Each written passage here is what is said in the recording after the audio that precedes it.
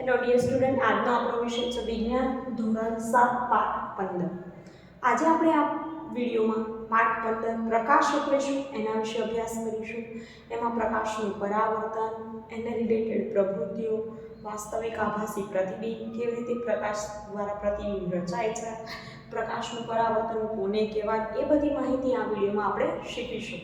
તો વિદ્યાર્થી મિત્રો, પાઠ્યપુસ્તક જોડે રાખજો અને નોટબુક પણ જોડે રાખજો. અને નોટબુકમાં હું જે પોઈન્ટ લખાવું એ લખજો. તો ચાલો, પ્રકાશ એટલે શું? તો પહેલાં આપણે તમને થોડીક માહિતી આપું કે તમે તમારી આજુબાજુ કોઈ પણ વસ્તુને જુઓ છો તો કોઈ પણ વસ્તુને જોવા માટે શું જરૂરી છે? તો કોઈ પણ વસ્તુને જોવા માટે પ્રકાશ ખૂબ જરૂરી છે. જો પ્રકાશ ના હોય તો તમે કેવું કોઈ વસ્તુને જોઈ શકતા નથી, બરાબર ને? આપણને પ્રકાશ શેમાંથી મળે છે? તો પ્રકાશનો મુખ્ય સ્ત્રોત છે સૂર્ય. અને ઘરમાં આવી રીતે ટ્યુબલાઇટ હોય છે, એના દ્વારા પણ આપણે દિવસે રાત્રે પ્રકાશ મેળવીએ છીએ. તો જો પાઠની શરૂઆત કરીએ. ઓરડાની અંદર સાંકડા ખુલ્લા ભાગમાંથી કે છિદ્રમાંથી પ્રવેશતા પ્રકાશના કિરણો તમે કદાચ જોયા હશે. વળી તમે સ્કૂટરની હેડલાઇટ, કાર અને ટ્રેનના એન્જિનની હેડલાઇટમાંથી નીકળતા પ્રકાશના કિરણો પણ જોયા હશે. તે જ રીતે તમે ટોર્ચમાંથી આવતા પ્રકાશના કિરણો જોયા જ છે, બરાબર? આ બધા કિરણો તમે જોયા હશે. ટોર્ચની હેડલાઇટમાંથી, પછી ટોર્ચમાંથી નીકળતા પ્રકાશના કિરણો. વળી તમારામાંથી ઘણાએ દીવાદાંડીમાંથી આવતી અથવા એરપોર્ટના ટાવરમાંથી આવતી સર્ચ લાઇટ પણ જોઈ હશે, ખરું ને? તો તમે કોઈ દરિયા કિનારે ગયા હોય ત્યાં આગળ આવી રીતે દીવાદાંડી હોય છે, બરાબર? ત્યાં તમે જુઓ. પછી એરપોર્ટના ટાવરમાંથી આવતી લાઇટ તમે જોઈ હશે. આ બધા અનુભવો શું સૂચવે છે વિદ્યાર્થી મિત્રો? તો આપણે એના માટે પ્રવૃત્તિ જોઈએ. એ બધા અનુભવો એ સૂચવે છે કે આપણે પ્રકાશ જોઈ શકીએ છીએ, બરાબર? એમાંથી આપણને પ્રકાશના કિરણો જોવા મળે છે. હવે અહીંયા પ્રવૃત્તિ છે. પહેલો પોઈન્ટ છે કે પ્રકાશ સીધી રેખામાં ગતિ કરે છે. તમે ધોરણ 6માં પ્રયોગ શીખીને આવ્યા છો. પ્રકાશ સીધી રેખામાં ગતિ કરે છે. નામની નિર્દેશનવાળી આકૃતિ, અવલોકન નિર્ણય બધું જ લખાવ્યું હતું મેં તમને. અહીંયા ફરીથી સમજવાનું છે.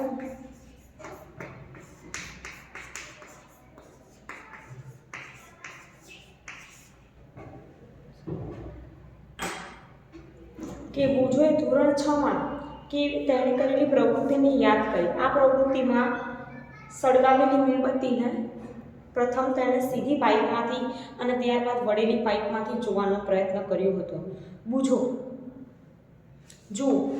બુજો શા માટે વળેલી પાઇપમાંથી મીણબત્તી જોઈ શક્યો નહોતો? તમે જાણો છો કે સીધી પાઇપમાંથી મીણબત્તી જોવાનો પ્રયત્ન કરશે ત્યારે મીણબત્તી જોઈ શકાય છે, પરંતુ પાઇપ વાંકી ચૂકી હોય તો એ પાઇપમાંથી મીણબત્તી જોઈ શકાતી નથી, કારણ કે પ્રકાશ હંમેશા સીધી રેખામાં ગતિ કરે છે. હવે આગળની વાત કરીએ કે જ્યારે પ્રકાશ પોલિશ કરેલી સપાટી કે ચળકતી સપાટી પર પડે ત્યારે શું થાય? તો આગળનો આપણો પોઈન્ટ છે પ્રકાશનું પરાવર્તન.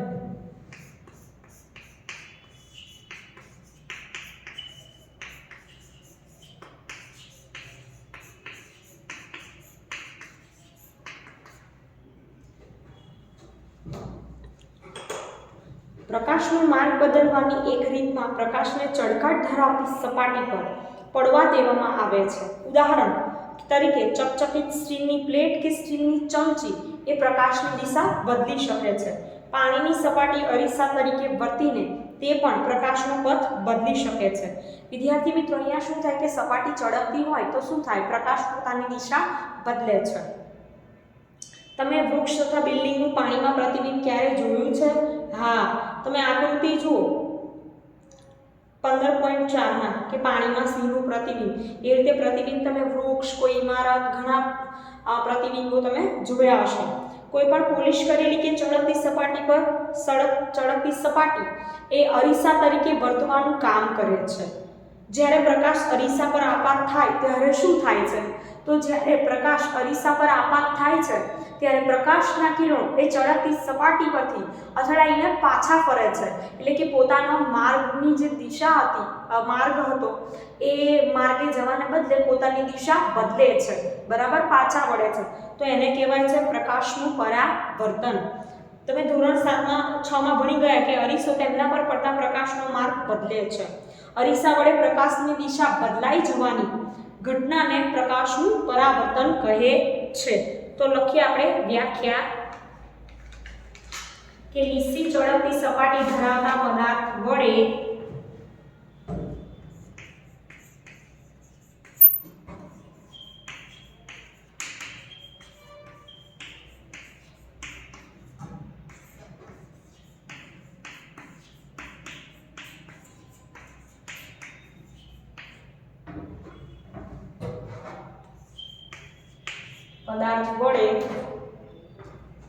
પ્રકાશની દિશા બદલાઈ જવાની ઘટનાને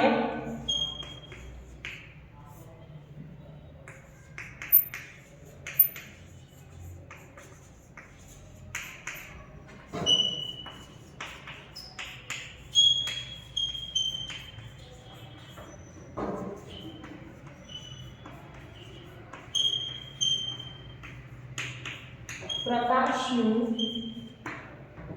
પરાવર્તન કહે છે.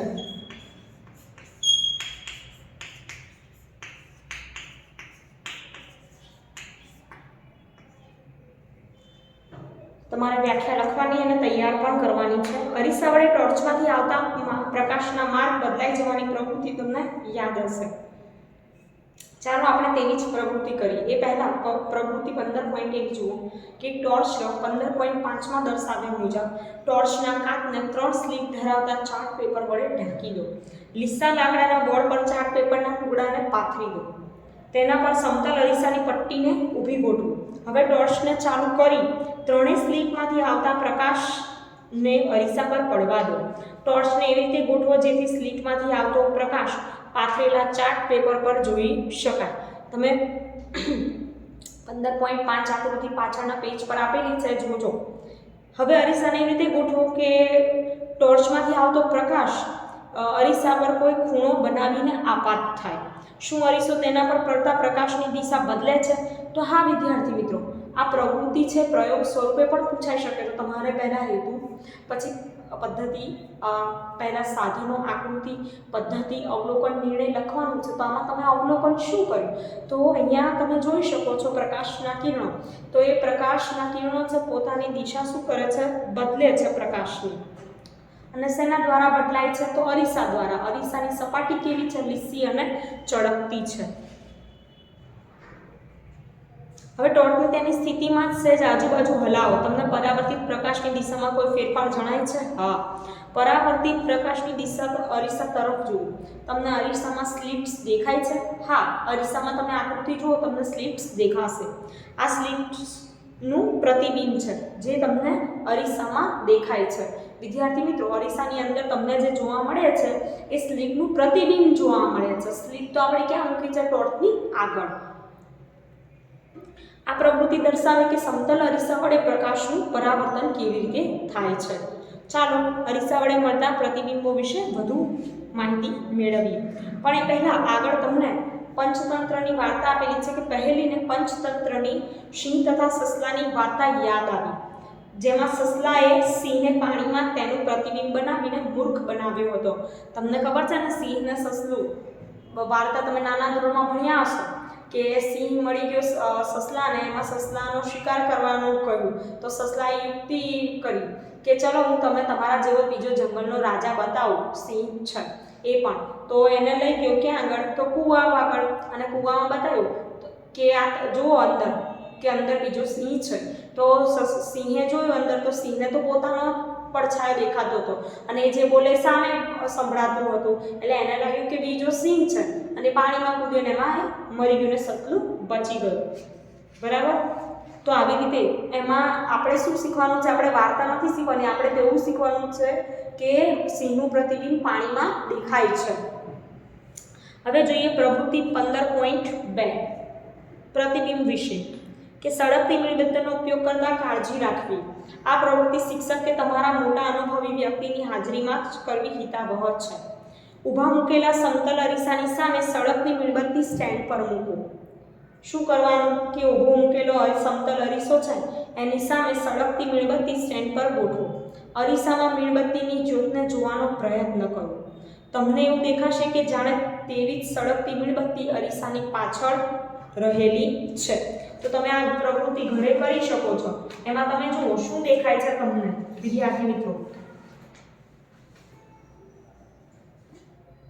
તો આપણે મીણબત્તી જે લીધી બરાબર,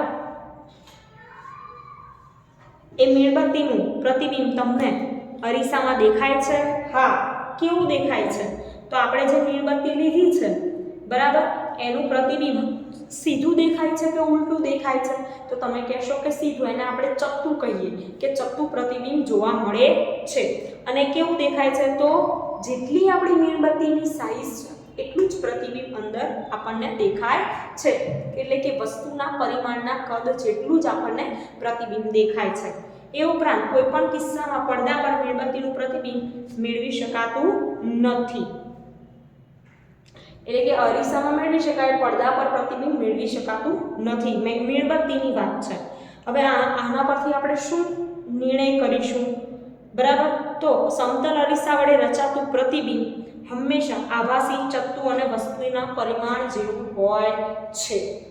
હવે વાત કરીએ પ્રતિબિંબની, કે તમે મીણબત્તીનું પ્રતિબિંબ એટલે કે એના જેવો જ અરીસામાં તમે જોયું બરાબર છે. આપણે અરીસા સામે ઊભા રહીએ તો આપણે જેવા છીએ એવા જ અરીસામાં દેખાઈએ છીએ. તમે બધા ઘરે અરીસામાં મોં પોતાનું જોતા હશો એટલે તમને ખબર છે. તો શું દરેક કિસ્સામાં પ્રતિબિંબ સીધું જ છે? દરેક કિસ્સામાં પ્રતિબિંબમાં મીણબત્તીની જ્યોત ઉપર તરફ જ રહે છે? તો હા, દરેક કિસ્સામાં એવું. તો આવા પ્રતિબિંબને સીધું પ્રતિબિંબ કહે છે. કેવું સીધું? એટલે ચત્તુ. સીધું આપણને જેવું છે એવું ને એવું દેખાય, દિશા એની બદલાતી નથી. સમતલ અરીસા વડે મળતું પ્રતિબિંબ સીધું અને તેના જેટલા જ પરિમાણનું હોય છે. તો પરીક્ષા પૂછે કે સમતલ અરીસા વડે મળતા પ્રતિબિંબ કેવા હોય? તો એના માટે લખવાનું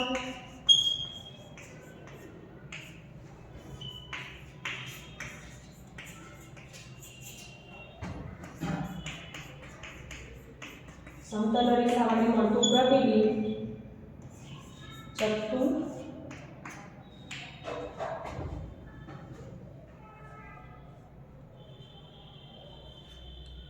એટલે કે સીધું અને તેના જેટલા જ પરિમાણનું હોય છે. ચત્તુ કૌંસમાં સીધું પણ લખવું.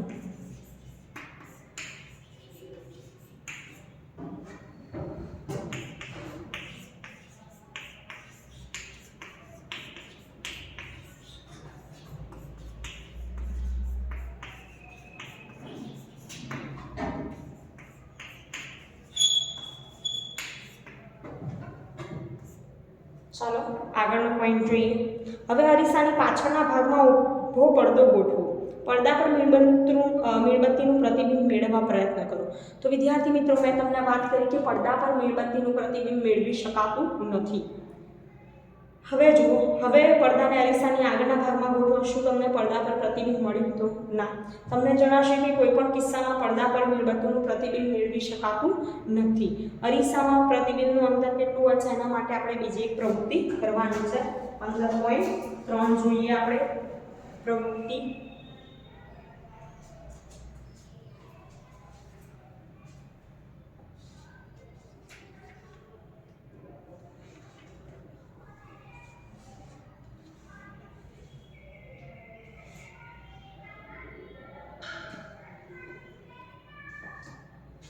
તો જુઓ, 15.3 ની વાત કરું કે એક ચેસ રમવા માટે ચેસ બોર્ડ લો. તમે બધા ઘરે રમત તો રમતા હશો, તો તમારા બધાના ઘરમાં ચેસ બોર્ડ પણ હશે. એક રમત રમવા માટે ચેસ બોર્ડ લો. જો ચેસ બોર્ડ ન મળે તો ચાર્ટ પેપર પર 8x8 એમ 64 સમાન એવા સમચોરસની રચના ઊભી અને આડી લીટી દોરીને કરો. શું કરવાનું? 8x8 ના 64 ચોરસ કરવાના. ચાર્ટ પેપરની મધ્યમાં રહેલી લીટીને જાડી કરવા માટે તેના પર ફરીથી બીજી લીટી દોરો. આ જાડી લીટી પર સમતલ અરીસાને ઊભો ગોઠવી દો. હવે કંપાસ ફીતીમાં રહેલા પેન્સિલ છોલવા માટેના શાર્પનરને અરીસાની ગણતરી કરવા ત્રીજા ચોરસની ધાર પર ગોઠવો. તમે જુઓ, કયા ચોરસની ધાર પર ગોઠવ્યું છે? ત્રીજા ચોરસની ધાર પર. અરીસો છે, સામે બોર્ડ બરાબર, બોર્ડ પર અરીસો ગોઠવ્યો છે અને સામે મૂક્યો છે ત્રીજી લાઈનમાં શાર્પનર, સંચો. અરીસામાં દેખાતા શાર્પનરના પ્રતિબિંબને જુઓ તો શું તમને અરીસામાં શાર્પનર દેખાય છે? તમે કહેશો હા, પાઠ્યપુસ્તક હશે એમાં તમે જુઓ. હવે શાર્પનરને અરીસાથી દૂર ચોથા ખાનાની ધાર પર ગોઠવીને જુઓ. તમારા અવલોકનોની નોંધ કરો. તો વસ્તુ અંતર અને અરીસાથી પ્રતિબિંબ અંતર વચ્ચેનો સંબંધ મળ્યો. તમે શોધી શકશો. શું શોધી શકશો? કે વસ્તુ અરીસાથી જેટલા અંતરે છે તેટલા જ અંતરે વસ્તુનું અરીસામાં પ્રતિબિંબ મળે છે. જેટલું અંતર વસ્તુ અને અરીસાથી હશે એટલું જ અંતર વસ્તુનું અરીસામાં પ્રતિબિંબ મળે છે. હવે આ જ સંબંધને વધુ દ્રઢ કરવા માટે વસ્તુને આપણે અરીસા સામે જુદા જુદા અંતરે ગોઠવીને ચકાસણી કરવાની. તો મતલબ શું કહેવા માંગે છે કે આપણે સંચાને જેટલા અંતરે ગોઠવીશું એટલા અંતરે જેનું પ્રતિબિંબ પણ જોવા મળશે. તો સમતલ અરીસામાં વસ્તુનું અંતર અને પ્રતિબિંબ અંતર બંને કેવું હોય છે? એક સમાન હોય છે. બરાબર યાદ રાખજો, વસ્તુ અંતર અને એનું પ્રતિબિંબ અંતર એ સમાન હોય છે.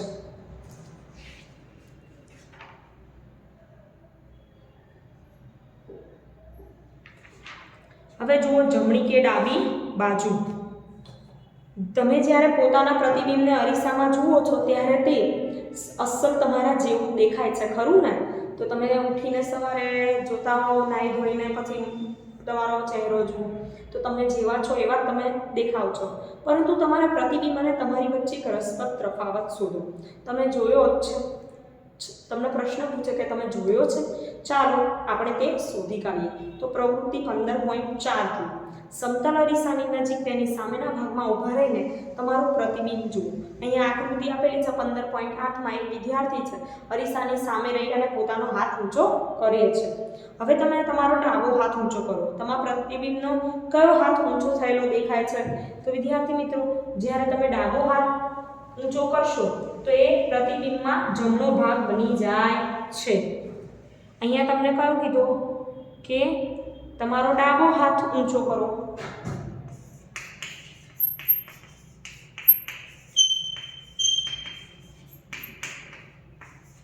ડાબો હાથ ઊંચો કરીશું તો પ્રતિબિંબમાં આપણને કયો હાથ દેખાશે? તો વિદ્યાર્થી મિત્રો, પ્રતિબિંબમાં જમણો ભાગ.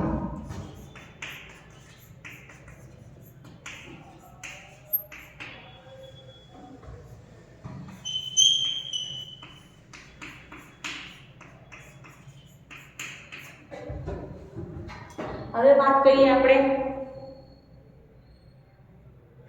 આગળ કે હવે તમારા જમણા કાનનો સ્પર્શ કરો. એવું કીધું છે કે તમારા જમણા કાનનો સ્પર્શ કરો. હવે આપણે જમણા કાનનો સ્પર્શ કરીશું તો કયો દેખાશે? ડાબો કાન સ્પર્શ કર્યો હોય એવું દેખાશે. એમ આપણે અહીંયા જમણો હાથ ઊંચો કરીશું તો આપણને પ્રતિબિંબમાં કયો હાથ દેખાશે? ડાબો ભાગ દેખાશે. તો અહીંયા શું થશે? તમારે શું શીખવાનું છે કે પ્રતિબિંબ છે તો એ પ્રતિબિંબમાં માત્ર બાજુઓ ઉલટાય છે. જમણી બાજુ હોય તો ડાબી દેખાશે, ડાબી બાજુ હોય તો જમણી બાજુ દેખાશે. પ્રતિબિંબ ઊંધું થઈ જતું નથી. પ્રતિબિંબ તો જેવું છે એવું જ દેખાય છે, સીધું ને સીધું, પરંતુ માત્ર બાજુઓ ઉલટાય છે. કે સમતલ અરીસામાં વસ્તુ અને તેના પ્રતિબિંબની જમણી ડાબી બાજુ ઉલટાય છે. એ આપણે આ પ્રવૃત્તિમાં શીખવાનું. તમે ઘરે આ પ્રયત્ન જરૂર કરજો. હવે આગળ જોઈએ કે તમે આવી રીતે એમ્બ્યુલન્સ લખેલી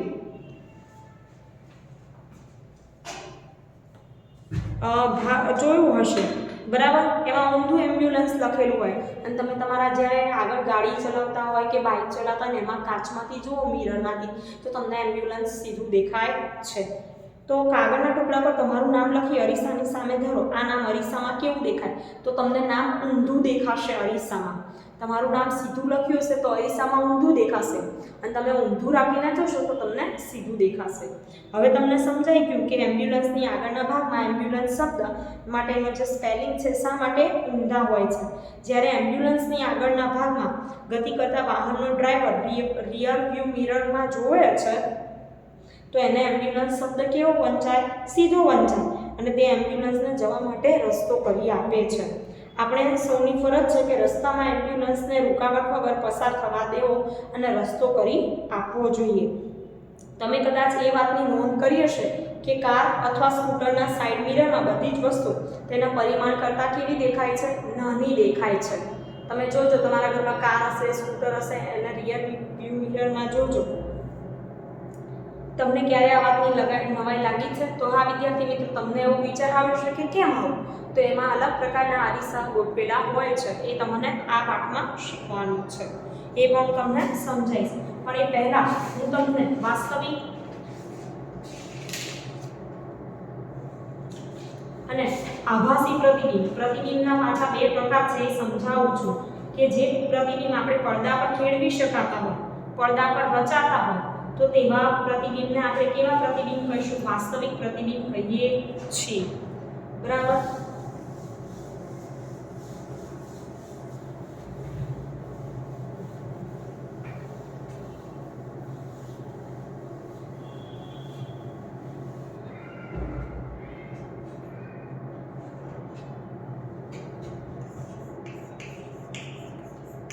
વાસ્તવિક પ્રતિબિંબ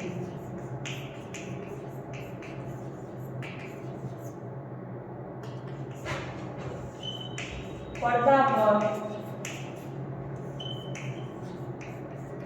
રચાતા પ્રતિબિંબને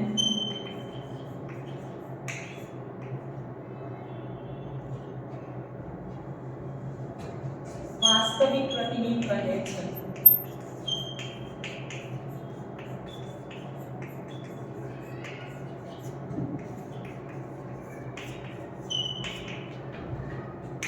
બરાબર? અને આભાસી પ્રતિબિંબ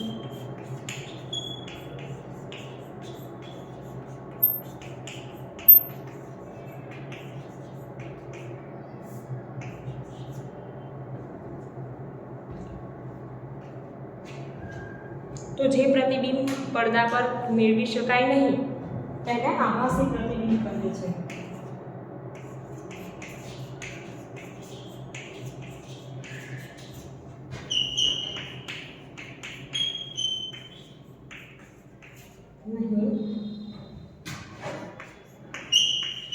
તેવા પ્રતિબિંબને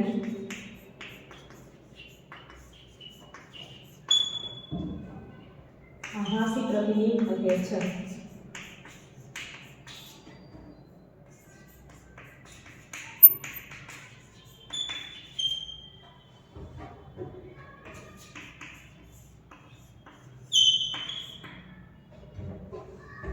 તો આ બે વ્યાખ્યા પણ તમારે તૈયાર કરવાની છે. ટોટલ 3 વ્યાખ્યા લખાઈ આ વિડીયોમાં મેં તમને. પ્રકાશનું પરાવર્તન, વાસ્તવિક પ્રતિબિંબ, આભાસી પ્રતિબિંબ. પાઠ્યપુસ્તકમાંથી પ્રવૃત્તિઓ છે, પ્રયોગ સ્વરૂપે પૂછાશે, તો તમારે એ પ્રમાણે તૈયાર પણ કરવાની છે. રોજે રોજ પાઠનું વાંચન કરજો, જેથી તમે વધુ ને વધુ પોઈન્ટ સમજી શકશો વિદ્યાર્થી મિત્રો. વિડીયો પણ જોતા રહેજો, ઘરે તમારી સેફટીનું પણ ધ્યાન રાખજો. બરાબર છે? અને અભ્યાસ કરતા રહેજો. Thank you.